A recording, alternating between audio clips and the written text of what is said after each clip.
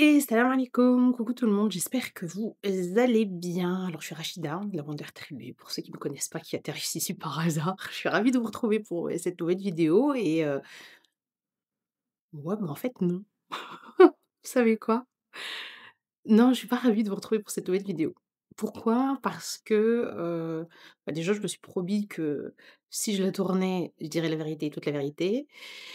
Et en réalité, bah, j'aurais préféré qu'elle n'existe pas cette vidéo et vous allez comprendre pourquoi donc ouais, je suis pas vraiment ravie de vous retrouver pour cette vidéo, mais je pense qu'elle est peut-être nécessaire, j'en sais rien. Au moment où j'enregistre, je sais pas si, je vais la publier ou pas.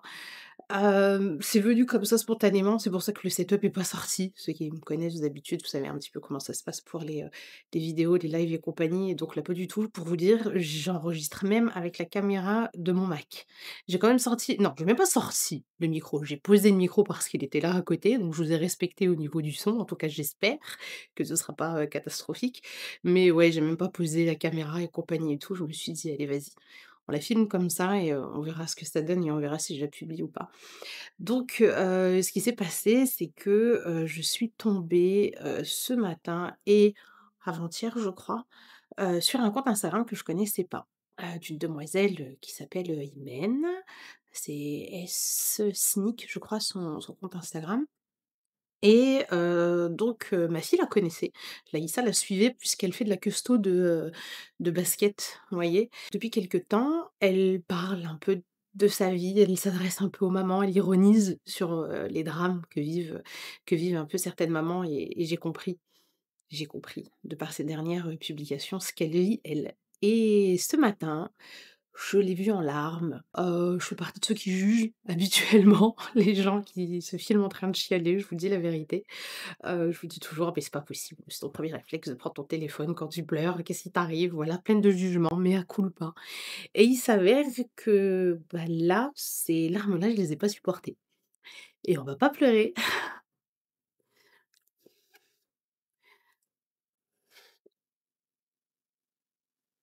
Allez vas-y, j'ai dit on se filmait pas en train de chialer et je vais faire pareil, n'importe quoi. Je les ai pas supportées, pourquoi? Bah, pour 2 choses. Parce que, bah, déjà numéro un, je me suis vue il y a quelques années, déjà pour commencer. Et numéro 2, parce que, bah, c'est une toute jeune maman en tout cas si elle me dit qu'elle a 35 ans, alors vraiment qu'elle me donne sa crème miracle parce qu'elle a l'air toute jeune. Et bah, ça devrait pas exister, on devrait pas se retrouver dans cette situation-là, à cet âge-là et encore moins, dans la communauté musulmane. C'est pour ça que j'ai eu envie de parler un petit peu de certaines choses, pas pour me lamenter parce que ça fait 8 ans, hein, vous savez que je suis séparée du père de mes enfants, hein, donc le divorce arrivé après et compagnie, mais en tout cas j'ai demandé le divorce il y a plus de 8 ans maintenant, qu'est-ce que je raconte? Même 8 ans et demi, même presque, bientôt 9, vous voyez? Donc si je voulais faire des vidéos vendetta, je balance les gens et compagnie et tout, j'aurais pas attendu autant de temps pour ça. Là le but c'est plutôt de donner peut-être un petit coup de fouet à certaines mamans, dans le sens où, voilà, qu'elles se disent qu'elles sont pas toutes seules et qu'il y en a d'autres qui sont passées par là et d'autres qui passeront encore par là et que, il faut peut-être, voilà, mettre son énergie, ailleurs que de se prendre la tête, en fait, avec ces hommes-là. Et puis aussi, pour que si certains hommes, hein, entendent cette vidéo, bah, ils se rendent compte qu'on n'est pas bêtes et que c'est pas parce qu'ils ont l'impression qu'on ne dit rien, qu'on ne sait pas, qu'on ne voit pas et que le vent ne tournera pas un jour. Là, vous êtes en train de vous dire: «Mais de quoi elle nous parle celle-là?» Donc en fait, on parle des papas démissionnaires. C'est un petit peu ce qui s'est passé, dans, la vidéo, d'Imen. Elle expliquait qu'elle faisait des courses pour ses enfants et qu'elle savait que financièrement ça allait être, relativement compliqué dans quelque temps et bah, que ça la rendait folle puisque, bah, ses enfants ont un père.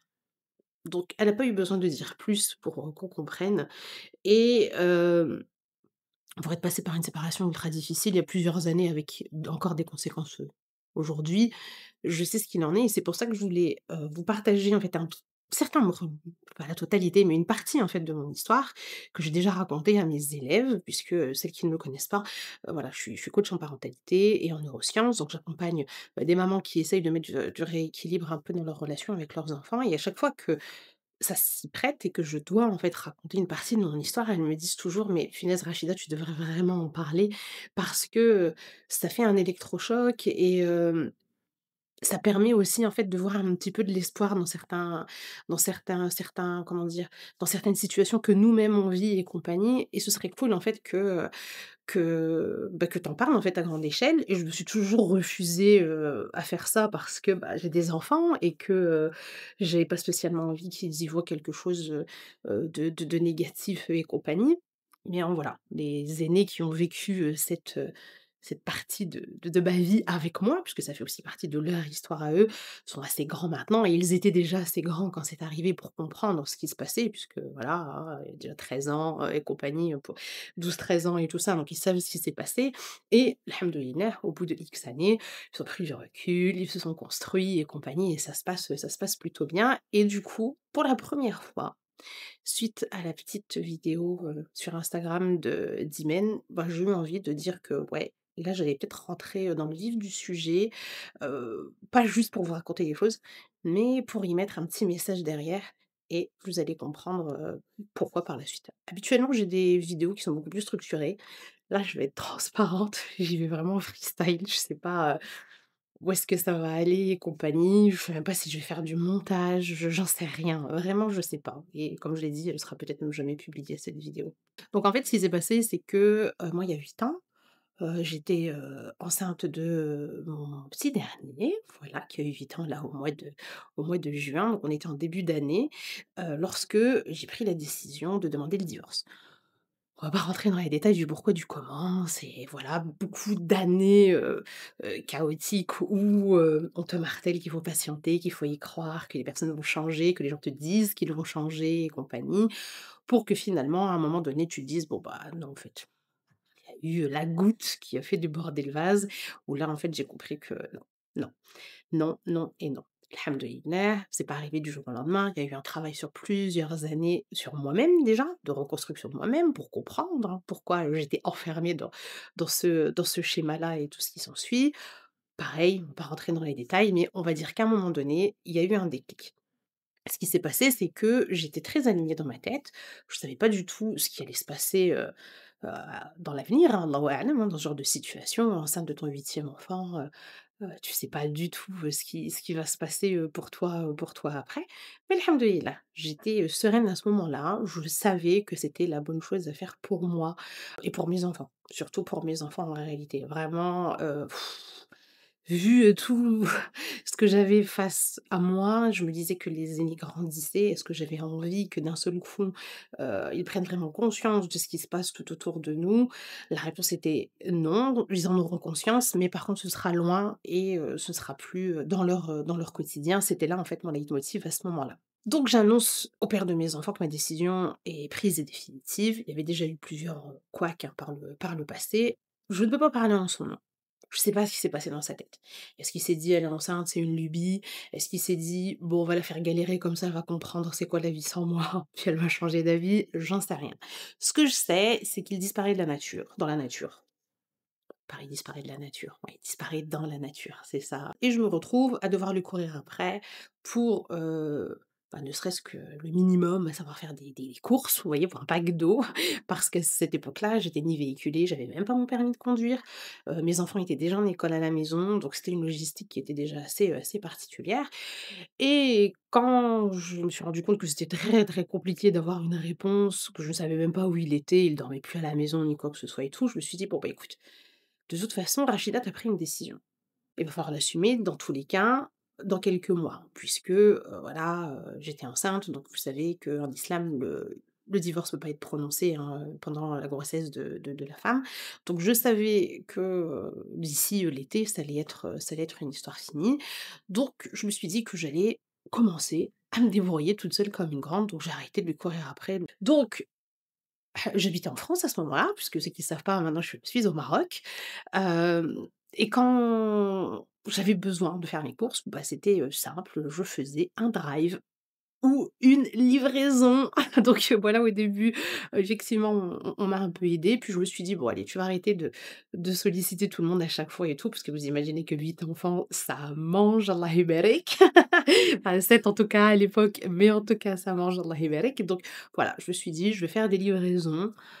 Je me faisais livrer une fois par semaine, j'étais très organisée, j'avais, un menu, à la semaine, je savais ce dont j'avais besoin, quelle quantité et compagnie. Il y avait Amazon pour les petits couacs du quotidien et compagnie quand j'ai besoin d'un petit truc et tout. Basta, j'ai fait ça comme ça et je me suis tue. Je me suis tue dans le sens où j'ai fait le choix de pas tirer la sonnette d'alarme partout. J'avais des ultra proches du quotidien, en tout cas, qui étaient au courant. Il y a certaines personnes à qui j'ai pris la décision de cacher les choses à ce moment-là.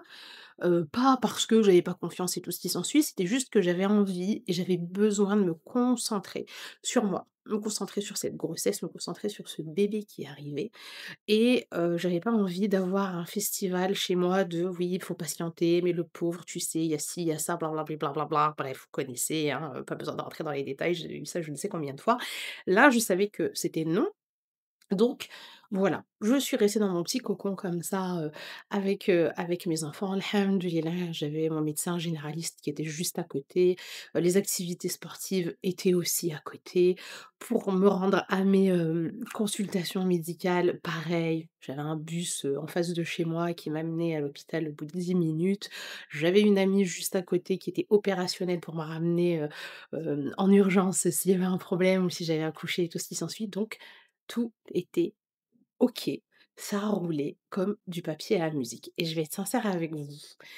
Quand j'y repense maintenant, avec le recul, c'était à la fois l'une des situations les plus dures de ma vie puisque, bah, c'était une transition avec, voilà 8 enfants, tout a recommencé en réalité, hein, voilà, histoire de permis de conduire, de véhicule, de toute la vie en fait à reconstruire, mais avec 8 enfants. Vous voyez, j'étais pas cet ado qui sortait, de chez papa et maman et qui commençait sa vie. Là, il y avait la charge de 8 enfants à côté.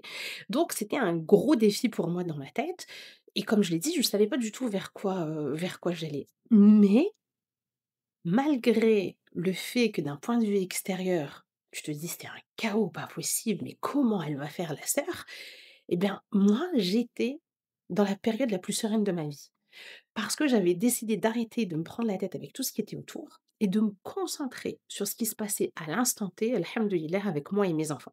Donc nos journées étaient programmées autour de l'école à la maison, les activités, minimum vital en réalité. Vous voyez, salat, on mange, on fait des activités, on fait ce qu'il y a à faire et compagnie et tout ça. Et vu que j'avais pas cet extérieur, en fait, qui venait alors attention, hein, je le dis tout de suite, on sait très bien que quand les personnes font ça, elles sont bien intentionnées, hein. Je vais pas commencer à dire: «Oui, les gens viennent, pour foutre la merde et compagnie». Non, loin de là, je le sais. Mais je savais aussi que j'avais plus l'énergie pour ça et que c'était inutile. C'est pour ça que j'ai fermé cette porte-là. Voilà, je veux pas que ne faites pas dire ce que je n'ai pas dit, OK? Voilà, j'ai pas envie d'avoir des problèmes. Mais voilà, je pense que c'est ça qui fait que c'était certes la situation de transition la plus dure de ma vie, mais en même temps, celle que j'ai vécue avec le plus de sérénité et je pense aussi qu'Allah subhanahu wa ta'ala, il est aussi, hein, au-dessus de tout ça et que, voilà, il nous a un petit peu, préservés pendant ces mois-là. Et il s'avère que donc voilà, mon fils est né, alhamdoulilah, donc voilà, il y a ma sœur avec qui je me suis, organisée pour qu'elle vienne à la maison, quelques jours avant mon terme, parce que voilà, j'ai eu la chance de toujours aller, à terme, hein, sur les 8 grossesses, alhamdoulilah. Et donc voilà, quelques jours avant, elle est venue, à la maison s'installer, poser ses bagages, pour pouvoir, être là avec les enfants si je devais me sauver pendant la nuit puisque pareillement, j'ai quasiment toujours, mis les pieds à la maternité au beau milieu de la nuit, donc voilà, on a anticipé. Et donc voilà, un jour, il est arrivé ce qui est arrivé, contraction arrive, donc fausse alerte. Je suis pas allée à la maternité et puis voilà, quand c'est comme ça, on sait que là, c'est bon, on va y arriver. Et il y a ma sœur qui un soir me dit: «Écoute, je vais faire un aller-retour, je vais rentrer chez moi parce qu'en fait, il y avait une histoire de véhicule, je sais plus exactement, mais son mari avait rendez-vous avec le véhicule pour faire des travaux, il me semble, quelque chose comme ça, je me souviens plus exactement des détails et elle me dit: «Demain matin, je reviens».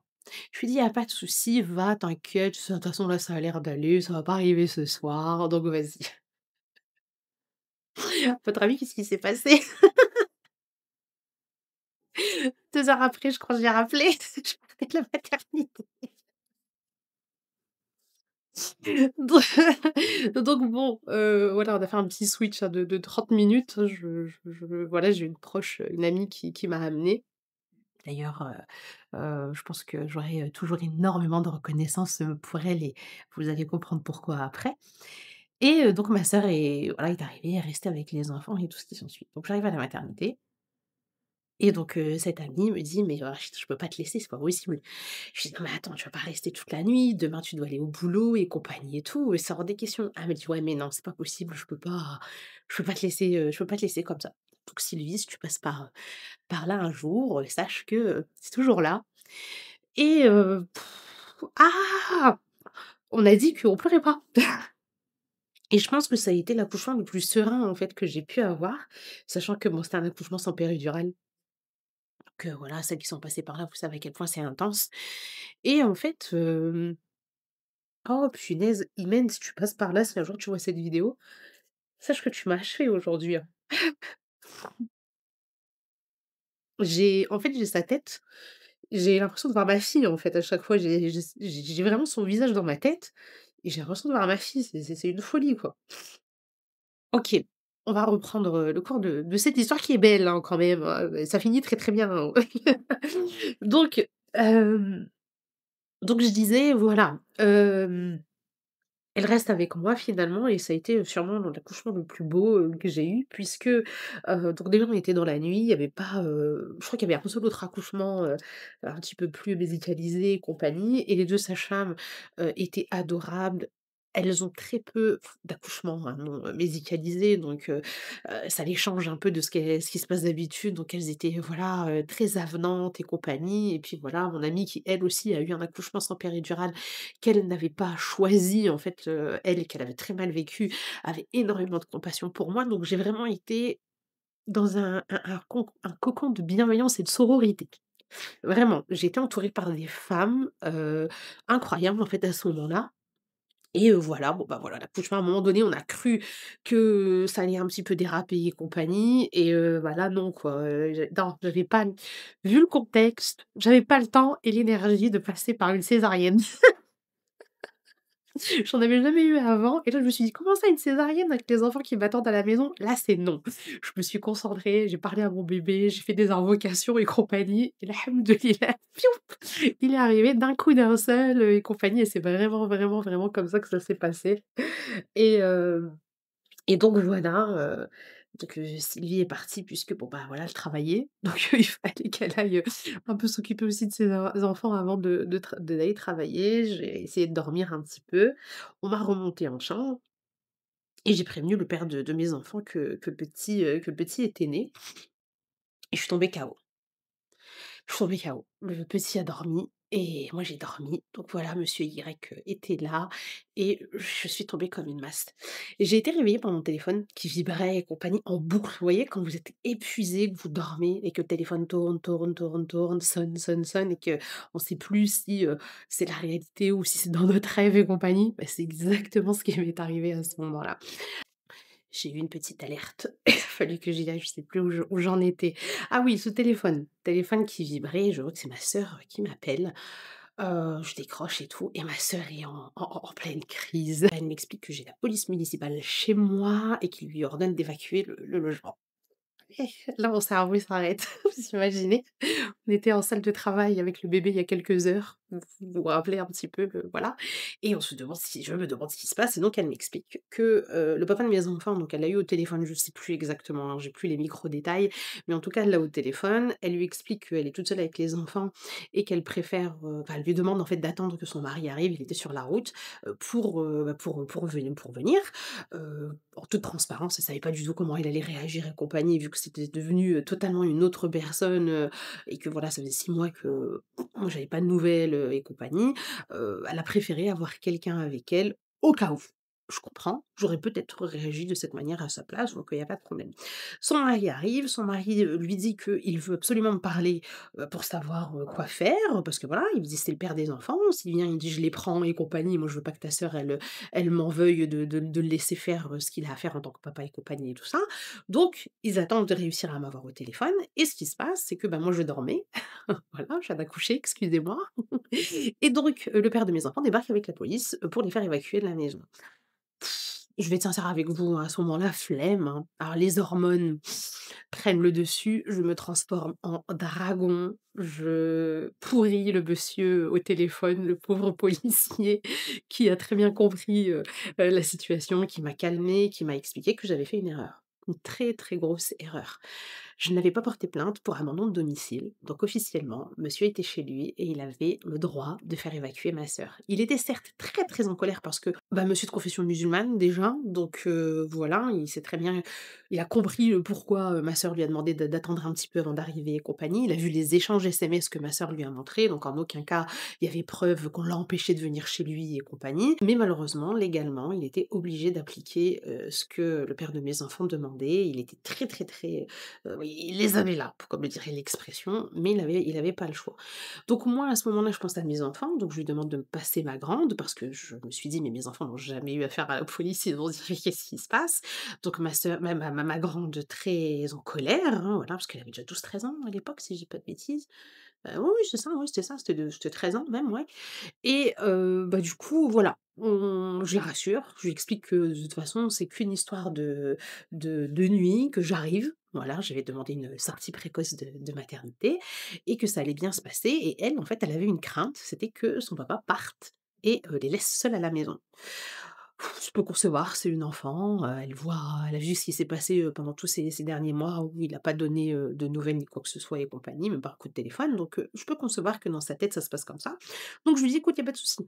Si ça vient à arriver, chose qui a très peu de chance, hein, voilà, je lui disais: «Il y a très peu de chances que ça arrive, mais si ça arrive, tu m'appelles, tu appelles ta tante. Comme ça, c'est réglé». Le policier qui entend ça est, encore plus pris, à la gorge de voir cet enfant, en fait, paniquer pour ce genre de choses. Il lui laisse aussi son numéro de téléphone en disant: «Si tu as besoin de quoi que ce soit aussi, tu peux m'appeler aussi, je serai sûrement plus réactif que ta maman qui est bloquée à l'hôpital».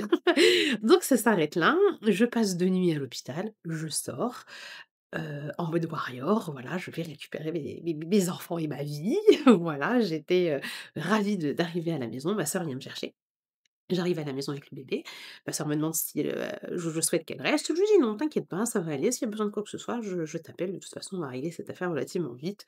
Pas de souci, moi j'étais, rappelez-vous, dans ce truc de, dès que le bébé est né, on met fin à ce mariage une bonne fois pour toutes et l'affaire est réglée. Je demanderai, moi, la dissolution du mariage, comme ça, il y a pas de blablabla, de négoce, machin et tout. Je te rends ta dot, bref, on va pas rentrer dans le détail parce que voilà, vous allez bien rigoler si j'en ferai peut-être un jour une autre vidéo, qui sait? Et donc voilà, comment je me retrouve chez moi avec, ce petit bonhomme. J'explique à mes enfants qu'on va faire ce qu'on avait prévu, à savoir laisser maman se reposer quelque temps avec le bébé et se mettre en slow life. Ce qu'on appelle nous le slow life, c'est, on baisse le rythme, les activités à l'extérieur, ceci et cela, on se limite à ce qu'on fait à la maison, on fait des repas simples, on va aux activités sportives. Pendant quelque temps, on reste juste sur ça, le temps que maman puisse se reposer et compagnie. OK, je vais dans ma chambre avec le petit bout, j'installe les petites affaires et compagnie et tout ça et je tombe KO comme une maman allaitante qui a mis au monde un enfant il y a 40 moins de 48 heures. Il s'avère qu'1 heure après, ma fille vient frapper à la porte et elle me dit: «Écoute maman, papa s'en va». Je fais: «Comment ça?» Elle me dit: «Oui, oui, il s'en va».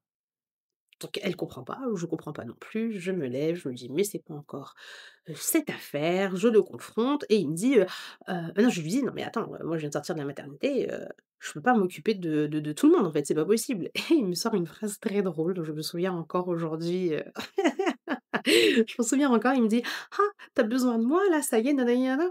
Et là je rigole, je lui dis: «Mais moi j'avais pas besoin de toi, je me suis organisée avec mes proches, ça se passait très, très bien, c'est toi qui es venu avec la police pour demander à ma sœur de quitter les lieux et compagnie et tout ça, donc tu fais en sorte en fait de te rendre indispensable pour après partir». Je lui dis: «C'est absurde». Donc à ce moment-là, je comprends que ça sert à rien de discuter. Je lui demande de prendre ses affaires et effectivement de partir. Quand il essaye de blablater, je ne réponds pas puisque aucun intérêt. Je préserve mes enfants, de ça parce qu'ils avaient déjà trop vu, à mon goût et une fois qu'il s'en va, je rappelle ma sœur vient et tout se passe bien dans le meilleur des mondes pour mes enfants et moi, alhamdoulilah. Bon, bah, les 6 stages, j'ai été happée par ce qu'on appelle le quotidien, la vie des enfants. J'ai donc mis en pause, l'enregistrement et nous sommes le lendemain. Moi et mon rhume allons essayer, de continuer cette vidéo. On va essayer de clôturer ça rapidement puisqu'elle est déjà assez longue, je pense. Pourquoi est-ce que je vous ai raconté cette première partie? C'est pour vous amorcer la suite, puisque c'est la suite qui est, la plus importante en réalité. Je veux à travers cette vidéo que les mamans qui passent par ce genre de situation apprennent de mes erreurs. Parce que j'en ai fait une déjà avec, le fait de ne pas avoir déclaré l'abandon de domicile et compagnie et tout ça, mais j'en ai fait d'autres après, toujours un petit peu dans le même, dans le même mood et tout ça, et je voudrais vraiment que pour vous préserver et pour préserver vos enfants, vous évitiez de faire les mêmes erreurs que moi. Donc, procédure de divorce lancée, encore des coups bas, vraiment, où on se demande si l'intérêt de l'enfant est mis en avant. C'est-à-dire que, il fait un signalement auprès de l'éducation nationale, on fait l'école à la maison. J'ai un contrôle pédagogique où on m'explique que, mon ex-mari a écrit un courrier pour, dire que, je sais pas, je faisais de l'endoctrinement religieux à mes enfants, qui s'inquiétaient pour eux et compagnie. Bon, bonne blague, venant de quelqu'un qui, ne respecte même pas ses droits de visite. Donc voilà, l'inspectrice académique voit très bien que les enfants vont bien, c'est pas la première fois qu'elle nous faisait un contrôle pédagogique. On faisait déjà l'école à la maison avant de se séparer. Donc voilà, le discours ne tenait pas la route. Elle me dit: «Vous inquiétez pas, on a l'habitude, hein, des personnes qui essayent de se tirer un peu dans les pattes en utilisant les enfants, donc vous inquiétez pas, nous, on met ça de côté». Et oui, sur le coup, j'étais très en colère et compagnie et tout ça, mais je n'ai pas cherché à rentrer en contact avec lui par rapport à ça et tout ce qui s'ensuit, à en faire encore, des scandales et tout ça, puisque non, je savais qu'il y avait cette volonté d'encore m'attirer dans la spirale. Donc je restais toujours sur des échanges à l'écrit, toujours pour avoir des preuves, toujours des choses factuelles, comme ça, voilà, il y avait pas de souci. Le divorce est prononcé, voilà, et ça a duré, genre plus de 2 ans, hein, si je dis pas de bêtises, entre le moment où je fais la demande et le moment où ça finit, puisque, il y avait covid. Les tribunaux étaient submergés et tout ça, donc c'était très, très, très compliqué. On a patienté, hein, voilà, les enfants et moi avons patienté, on a fait ce qu'il y avait à faire. Je te passe les détails, un peu inutiles, hein, vraiment là, je sors vraiment que les gros trucs, les petites choses, les petits détails, je laisse ça de côté, sinon la vidéo va durer 4 heures. Donc, le divorce est, prononcé, pour faute à 100 de monsieur. Pension alimentaire très, très basse puisque, comme, beaucoup de papas, il y a cette stratégie, voilà, on se met au chômage ou on fait en sorte d'avoir une très, très grosse baisse de salaire, de sorte à être moins solvable et compagnie, et il s'en sort avec, je sais plus, je crois 60 ou 80 € par enfant à payer, ce qui est vraiment, négligeable quand on a un salaire de cadre sup en réalité. Mais à l'instant T, j'ai envie de vous dire, moi j'ai juste envie de me libérer de ça, de me libérer de ce mariage, de me libérer de cette charge administrative et de passer à autre chose pour l'intérêt de mes enfants et pour ma sérénité. Moi, à côté de ça, je commence, à faire des petits trucs à droite à gauche, histoire de pouvoir gagner de l'argent, pour pouvoir m'acheter une voiture, pour pouvoir financer, mon permis de conduire, sachant que quand tu as 8 enfants, tu sais que ton premier véhicule, ça va être un véhicule 9 places. Alors certes, c'était un sacré budget, mais c'était aussi tout un apprentissage, voilà, là où certains commencent avec une petite Clio ou une petite Golf, bah, moi voilà, j'arrivais direct avec mon gros tank là de 9 places, et voilà, donc c'était ma priorité, les enfants, l'école à la maison, leur bien-être, et voilà. Ce qui se passe, ensuite, c'est qu'un jour, au bout de X temps, donc le père de mes enfants se remarie. Je suis ravie pour lui, j'ai envie de vous dire, vraiment, hein, sa vie personnelle, j'ai jamais cherché à savoir quoi que ce soit. Les enfants savaient très bien que, à la maison, les seules choses, dont j'acceptais, le dialogue, c'était, s'il y avait un souci, parce qu'effectivement, parfois, il y a eu des petites interventions où, je voilà, il a un petit peu essayé de démonter les uns contre les autres, vu que, certains n'allaient pas dans son sens et compagnie. Donc là, oui, ça, j'acceptais d'entendre ce genre de choses pour pouvoir les aiguiller de sorte à ce qu'ils restent solidaires, à qu'ils fassent la part des choses et compagnie, voilà. Mais sinon, le blabla pour le blabla, ça, c'était strictement interdit. Et ça, je le conseille systématiquement à toutes les mamans, que j'ai en consulting et qui, sont en phase de séparation ou de divorce. La vie de, votre ex-mari ne vous concerne plus. C'est normal que vous vouliez être au courant, si, vos enfants sont en contact d'autres personnes et compagnie, voilà, mais le reste, c'est stop. La façon dont lui entretient sa relation avec ses enfants, comment il la construit, c'est non.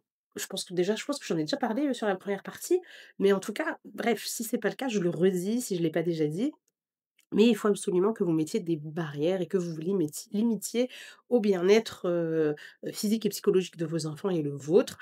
Arrêtez de vous prendre la tête avec ce qu'il fait, ce qu'il fait pas et compagnie, cela ne vous concerne pas et ça va être une grosse part de charge mentale en moins, croyez-moi sur parole. Un jour, il a une semaine, de garde de vacances, je sais plus quelles vacances c'était, on s'en fout, c'est un détail et il ne vient pas les chercher, le lundi matin comme convenu. Il me dit que son épouse est malade et que c'est compliqué. Bon bah, j'entends, hein, il y a pas de problème, il me dit: «Je viendrai peut-être les chercher demain». Donc je lui demande s'il vient les chercher finalement un autre jour ou pas du tout et il me dit: «Bah, peut-être demain».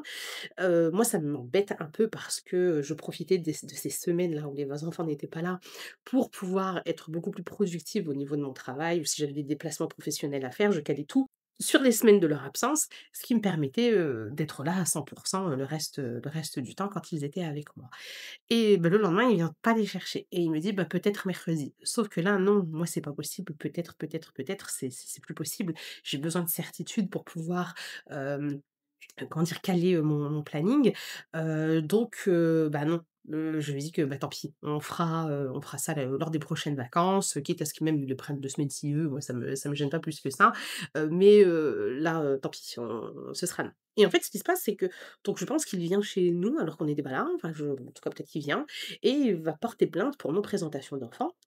Je me fais convoquer du coup au commissariat, c'est là que j'apprends qu'il y a cette plainte. Je fais: «Non mais vraiment, on est où là?»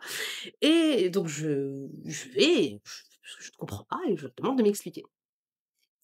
Et l'agent de police me raconte une toute autre version, de ce qui s'est passé. Donc bah, c'est tout, hein. Moi, en tant que bonne citoyenne, je ramène, mon téléphone avec les échanges à l'écrit. Je leur explique ce qui s'est passé, je montre les échanges à l'écrit sur WhatsApp. Du coup, bah, ouais, il me dit: «Ouais, bah, c'est pas du tout ce qu'il nous a dit et il nous a pas montré la totalité de votre échange. Donc il m'a menti et ça, c'est quelque chose que je n'apprécie pas». Je lui dis: «OK, d'accord et donc concrètement, c'est bon, je suis tranquille?» Il me dit: «Oui, oui», mais il essaye de voir ce que de voir si moi je veux porter plainte en retour et compagnie et tout. Je lui dis: «Non», je lui dis: «Je l'ai jamais fait. Quand il vient pas chercher les enfants, qu'il respecte pas son droit de garde, ou son droit de visite», puisque le nom a changé, mais bon, vous avez compris, droit de visite, bah, je viens pas faire de main courante. Il paie pas ses pensions alimentaires depuis je sais pas combien de temps, bah, je me débrouille sans et compagnie. Et quand il entend ça, il me dit: «Non mais attendez, mais comment ça?» Il me dit: «Vous savez que en ne faisant rien comme ça, c'est vous tirer une balle dans le pied puisque si nous, vous aviez, ces mains courantes qui nous montrent que déjà il vient pas, ceci et cela, quand il était venu porter, plainte, bah, il est déjà fiché chez nous et on vous aurait peut-être appelé à l'instant T, pour voir ce qu'il en était et compagnie. Enfin ça aurait, pris toute une autre tournure. Et bon bref, vous avez remarqué depuis le début de cette vidéo, c'est pas mon délire d'aller faire des dépôts de plainte pour aller faire des dépôts de plainte. Et donc il m'explique que, la caisse d'allocations familiales va me demander à un moment donné de porter plainte pour le non-paiement des pensions alimentaires, parce que c'est comme ça que ça se passe. À un moment donné, on doit porter plainte pour qu'eux continuent à prendre le relais et qu'ils puissent aller récupérer, cet argent auprès du père qui ne les paie pas. Donc toujours moi avec mes réticences à porter plainte, j'appelle mon avocate pour savoir si c'est vrai. Est-ce qu'il essaye un peu de me pousser à faire le truc parce qu'il était très, très en colère? Ou est-ce que c'est vrai? Elle me dit que oui, c'est vrai, que d'ici quelques mois, ça va arriver et tout ça, donc elle me conseille effectivement de le faire vu que je suis déjà sur place, tant qu'à faire, on amortit le truc et elle me dit: «C'est très bien puisque l'agent de police, en question vu l'état dans lequel il va en faire une affaire personnelle, il va s'en occuper bien correctement et rapidement, donc c'est une bonne chose. Donc bon, bah, je le fais. Je le fais et effectivement, il se fait rattraper par ça, il doit rembourser, tout ce qui n'a pas été payé et voilà, il est obligé de les repayer, derrière ces fameuses, pensions alimentaires. Ensuite, arrive quelques années, après, mon départ au Maroc. C'était un projet, l'expatriation, c'est quelque chose dont on avait toujours parlé déjà lui et moi à l'époque, on était mariés, donc c'est pas quelque chose, nouveau, une lubie qui m'était tombée dessus comme ça, du jour au lendemain.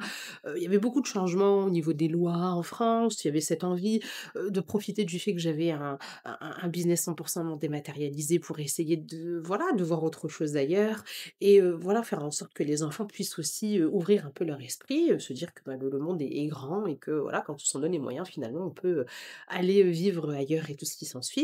Et donc comme c'est le papa, je sais très bien qu'il a des devoirs certes, mais il a aussi des droits. Donc je lui explique ce qu'il en est, je lui explique mon projet, de départ et voilà, je lui dis: «S'il veut garder les enfants, bah, c'est tout quoi, il les garde, malheureusement je pourrais pas m'opposer à ça». Donc je lui explique ce qu'il en est. Et donc moi je lui dis que je pars, mi-septembre Je pars mi-septembre. Moi de mon côté, j'avais déjà, lancé, toutes les démarches, hein, pour, la fin de du bail, et compagnie et tout ça. Bref, je cherchais déjà un nouvel appartement au Maroc et tout. Voilà, la machine était lancée et on va dire que, vraiment à la dernière deadline, avant mon «départ» entre guillemets, en quelque sorte, il me propose en fait de scinder la fratrie. Qu'il garde une partie des enfants et qu'une autre partie qui vienne avec moi.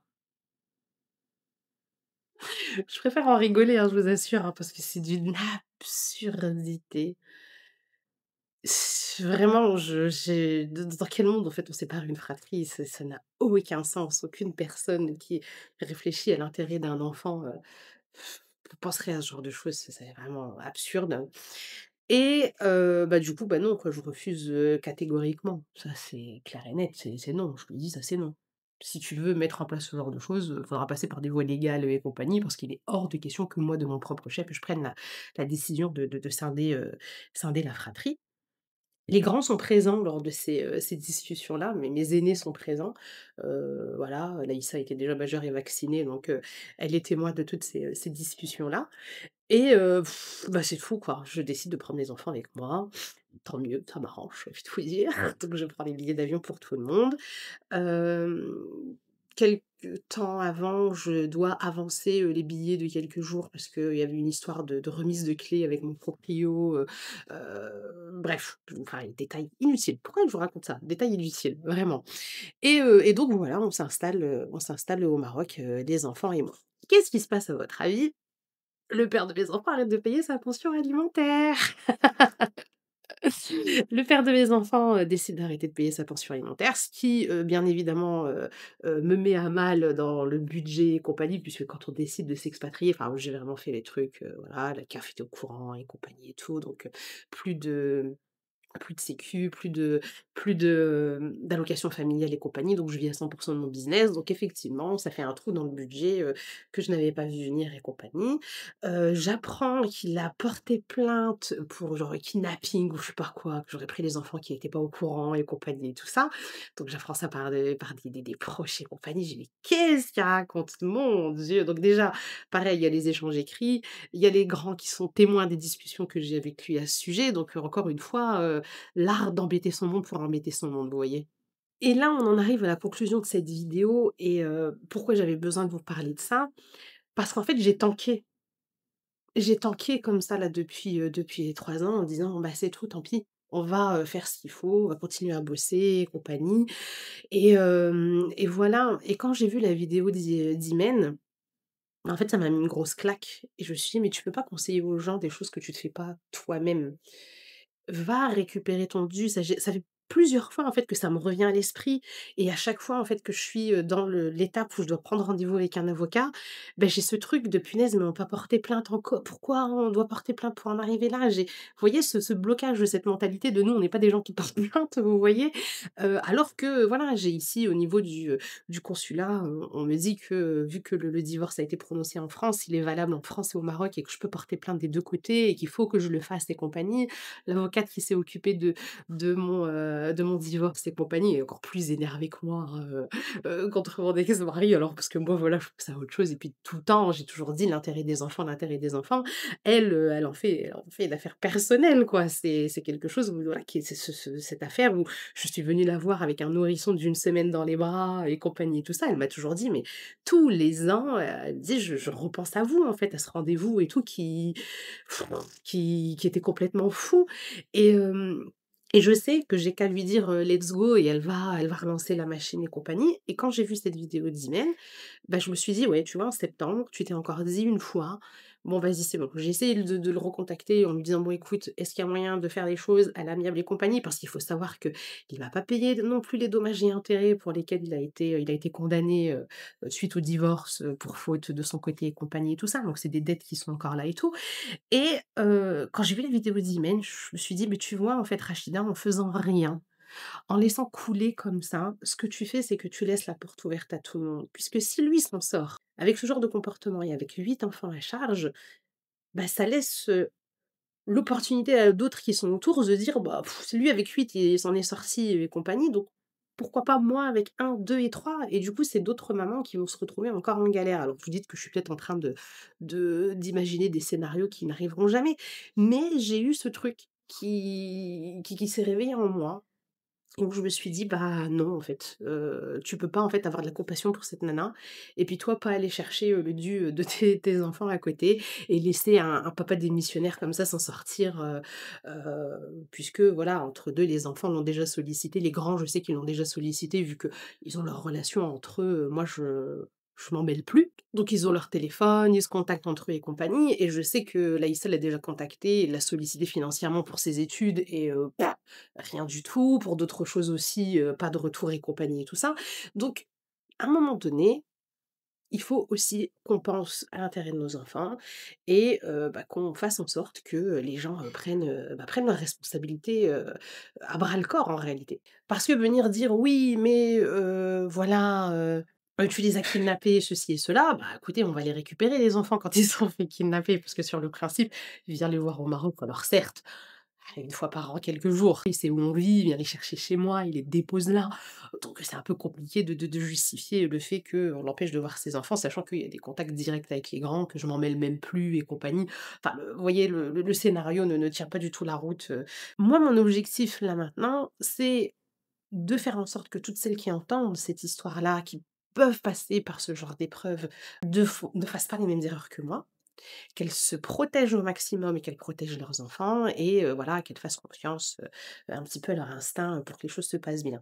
Voilà, c'est aussi un petit message d'espoir et puis de solidarité puisque, le fait d'avoir lancé, moi, ce concept de la Wonder Tribu, le fait d'avoir partagé au maximum, tous ces conseils de parentalité, d'accompagner ces familles à améliorer leur relation avec leurs enfants comme j'ai pu le faire moi.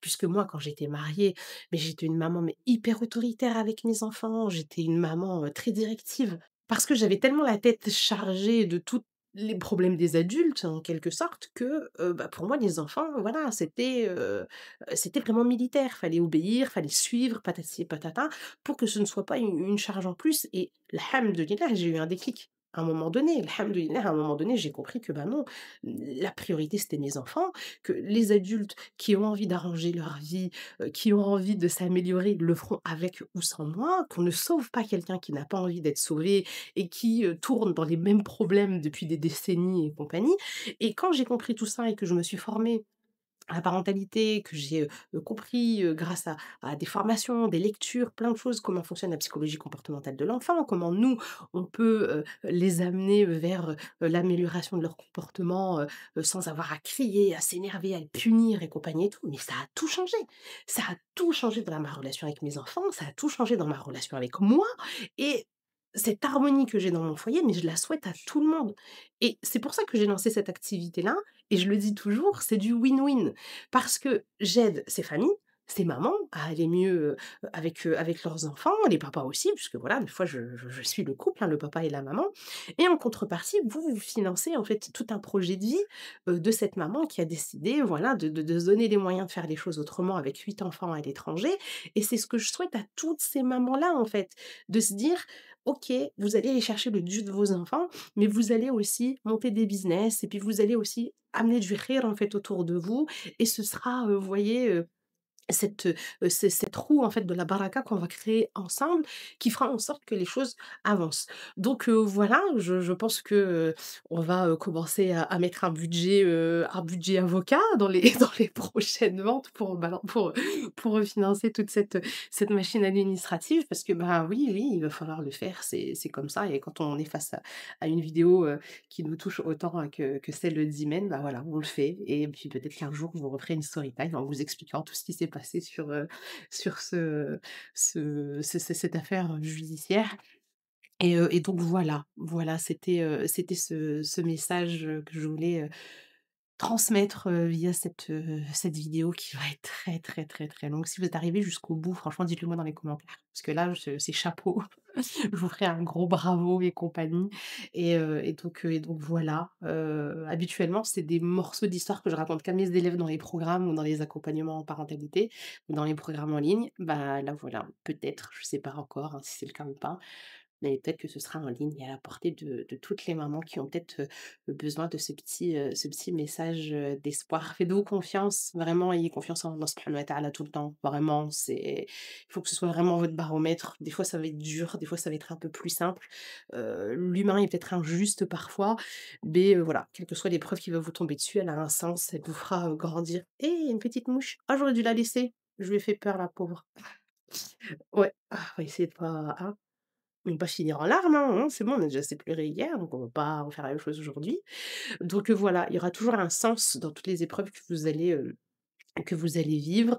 Moi, je sais que ça nous a, rapprochés comme jamais, les enfants et moi et je suis fière de voir ce qu'ils sont devenus aujourd'hui. Je parle des plus grands, hein, qui eux ont vécu tout ça. J'aurais voilà, je pense que si j'avais eu un autre état d'esprit et que je m'étais lamentée, que je les aurais plaints non-stop et compagnie et tout, ça aurait peut-être été beaucoup plus dramatique. Donc alhamdoulilah, on continue à avancer ensemble du coup, voilà, comme je vous l'ai dit, on va se mettre dans cette dynamique de la baraka, de soutenir en fait ces projets professionnels, hein, qui sont tenus par ces mamans, hein, qui ont décrété que ce seraient des warriors et que biidhnillah, elles vont y arriver et voilà, peut-être qu'un jour on se reverra pour une autre story time, peut-être quelque chose un petit peu plus positif ou pas, j'en sais rien. En tout cas, je lirai tous vos retours. Je sais pas si j'y répondrai, parce que je vous dis la vérité, j'ai déjà du mal à gérer mes propres messages. Vraiment, là, en ce moment, j'ai mis en place avec des bots sur Instagram pour automatiser certaines réponses, donc je vois même pas tous les messages, j'en ai je sais pas combien en attente. J'ai des soucis avec mon compte WhatsApp depuis la dernière grosse, mise à jour, je reçois pas tous les messages, j'écris aux gens et puis, bah, ils me disent X temps après que, bah, non, ils ont pas eu les messages, je crois voilà, bref, j'ai déjà du mal avec, mes trucs perso et tout, donc je ferai au maximum pour, pour répondre inch'Allah. Allez, très bientôt. Je vais vous quitter sur ce que je dis toujours à mes élèves. Rappelez-vous que la seule personne avec qui vous êtes persuadé de passer la totalité de votre existence, c'est vous-même. Alors préservez-vous parce que vous êtes la meilleure personne pour le faire. Allez, à bientôt inch'Allah pour une autre vidéo. Salam alaikoum.